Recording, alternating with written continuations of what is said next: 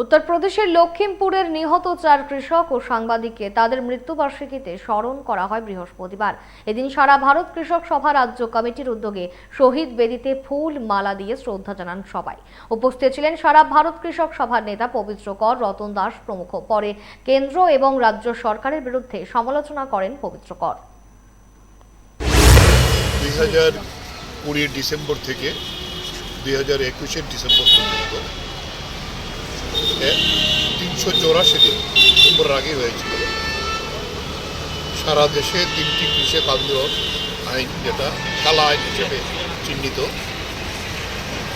এটা বাতিল করার জন্য দেশের কৃষকরা দিল্লির প্রান্তে উপস্থিত হয়েছিল। দিল্লিতে প্রবেশ করতে দেয়নি, কিন্তু সেখানে এই 1 বছর বসেছিল। 375 জন কৃষক সেখানে বসে শহীদের মৃত্যুবরণ করেছে।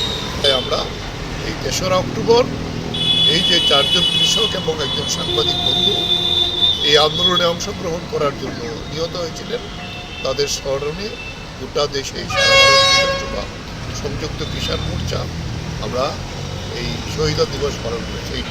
এখনও বিজেপি সরকার কৃষক বিরোধী নীতি নিয়ে চলছে, তবে শিক্ষা নেয়নি। কৃষক বিরোধী নীতি নেওয়ার ফলে এইবারের যে নির্বাচন হলো 151টি আসনে বিজেপি পরাজিত হয়েছে।